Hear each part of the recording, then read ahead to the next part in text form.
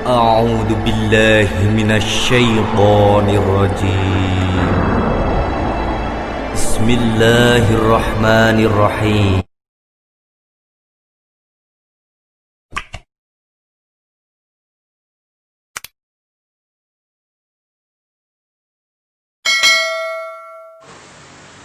Assalamualaikum warahmatullahi wabarakatuh. Sahabat, kami baru ada pindah base camp atau tempat ngumpul kawan-kawan dari yang kemarin kami berkumpul di Jati Asih, sekarang pindah ke suatu daerah di sekitar Mangunjaya atau Tambun Selatan. Dalam sebuah perjalanan, saya melihat sampah-sampah di pinggir jalan, di mana juga termasuk di situ sampah plastik, sampah dan sebagainya. Namun ada satu yang jadi perhatian saya, yaitu sebuah sampah botol.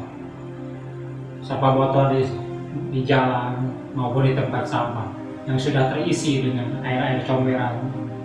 Tidak tahu itu air hujan atau air apa. Di mana botol-botol itu sudah tidak punya nilai harganya sama sekali. Beda ketika dia masih terisi dengan sebuah air minuman, air mineral. Dia punya nilai. Yang paling tidak dengan kemasan yang 200 ml itu adalah seharga Rp5.000. Namun di botol itu sendiri, ketika dia diisi oleh jus, maka dari nilai dari botol itu sendiri bisa dipastikan berapa harganya. 10.000 mungkin ya. Tapi botol itu bisa punya nilai yang lebih berharga lagi ketika botol itu diisi dengan madu. Bisa mencapai ratusan ribu. Bahkan botol itu bisa mencapai nilai jutaan ketika botol itu diisi oleh minyak wangi. Itulah, walau sama-sama botol, karena isinya yang berbeda, maka nilai botol itu menjadi berbeda. Begitu pun dengan manusia, sahabat. Kita sama-sama manusia, namun nanti yang akan membedakan kita adalah karakter yang ada dalam diri kita. Tentunya karakter yang dibentuk oleh ilmu. Karakter yang dibentuk oleh ilmu, kemudian ilmu itu menjadi pandangan, menjadi perilaku atau perbuatan dirinya. Itulah yang akan menentukan. Jadi kita sebagai manusia itu akan ditentukan oleh karakter yang dibentuk oleh ilmu. Ya kalaulah karakter kita dibentuk oleh suatu ilmu yang tidak benar, yang tidak hak, maka sudah bisa kita tebak maka apa nilai yang akan kita dapat. Tetapi ketika karakter itu diisi oleh atau dibentuk oleh ilmu yang hak, atau istilah sekarang ini diterjemahkan dengan benar, atau dengan istilah yang lebih keren yaitu nilai yang bernilai objektif ilmiah, maka tentunya diri kita akan mendapatkan satu nilai yang luar biasa.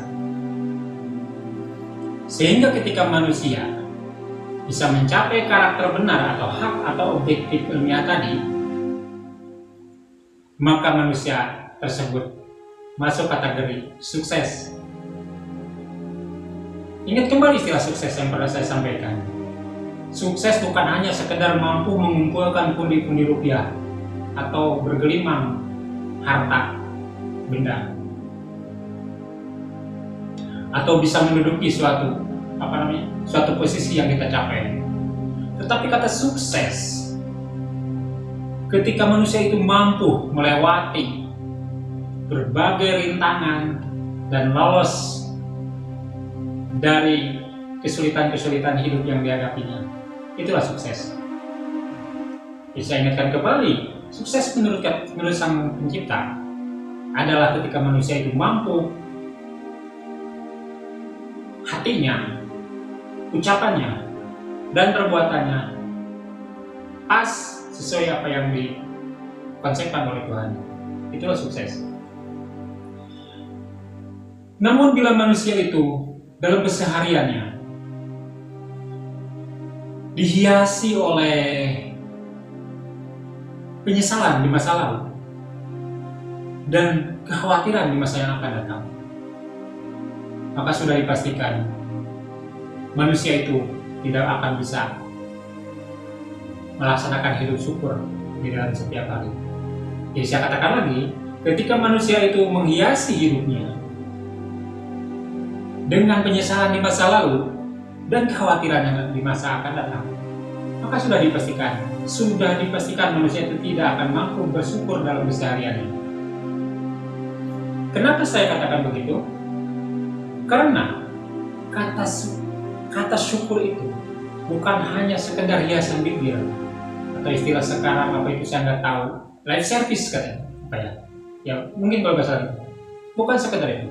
Seumpama kita hanya mengucapkan alhamdulillah, alhamdulillah, alhamdulillah, yang diartikan saya katakan terima kasih ya Allah, terima kasih ya Tuhan. Kata syukur menurut Sang Pencipta tidak sedangkal itu. Tapi kata syukur, ketika manusia punya hati dan manusia itu mampu menggunakan hati ini untuk memahami, menanggapi konsep Tuhan, kalam-kalam Tuhan, dan manusia yang punya telinga mampu menggunakan telinganya, mau menggunakan telinganya untuk menanggapi, untuk mendengar konsep-konsep Tuhan atau kalam-kalam Tuhan. Dan manusia yang menggunakan matanya sesuai dengan apa yang dikonsepkan Tuhan, mau melihat apa yang dikonsepkan oleh Tuhan. Itulah yang dikatakan syukur. Dalam arti manusia yang mampu berpandangan dan bersikap menurut aturan Sang Pencipta, berdasarkan kalam-kalam Sang Pencipta, itulah dikatakan syukur. Kenapa? Karena manusia yang punya hati tidak mau dipakai menanggapi konsep-konsep Tuhan, kalam-kalam Tuhan. Manusia yang punya telinga tapi tidak mau dipakai untuk mendengar, menanggapi kalam-kalam Tuhan, konsep-konsep Tuhan. Dan manusia yang punya mata tapi tidak mau dipakai melihat konsep-konsep Tuhan, maka manusia itu Tuhan mengatakannya adalah tidak beda dengan binatang. Itulah yang dikatakan syukur tadi. Manusia yang mampu berpandangan dan bersikap sesuai kalam Tuhan. Sahabat, sering kita di dalam kenyataan hidup melihat, menyaksikan fenomena alam, hujan, badai yang demikian dahsyat. Namun ketika hujan badai, ketika hujan deras, kita tidak perlu untuk berdoa kepada Tuhan agar Tuhan menghentikan hujan tersebut. Karena hujan tersebut adalah merupakan sebuah rancangan yang sudah ditentukan oleh Tuhan.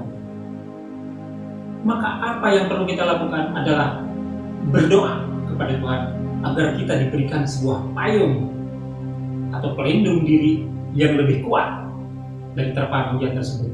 Begitu pula dalam kenyataan hidup, kita sering mengalami, melihat permasalahan yang besar yang dialami oleh manusia. Bahkan persoalan itu, masalah itu mungkin dianggap merupakan suatu beban yang sangat menderita oleh manusia. Maka ketika itu tidak perlulah kita berdoa kepada Tuhan agar Tuhan menghilangkan masalah itu, agar Tuhan mencabut masalah itu. Namun yang perlu kita lakukan adalah berdoa kepada Tuhan. Berikanlah agar kita diberikan ketangguhan untuk menghadapi masalah itu. Demikian. Terima kasih sahabat. Wassalamualaikum warahmatullahi wabarakatuh.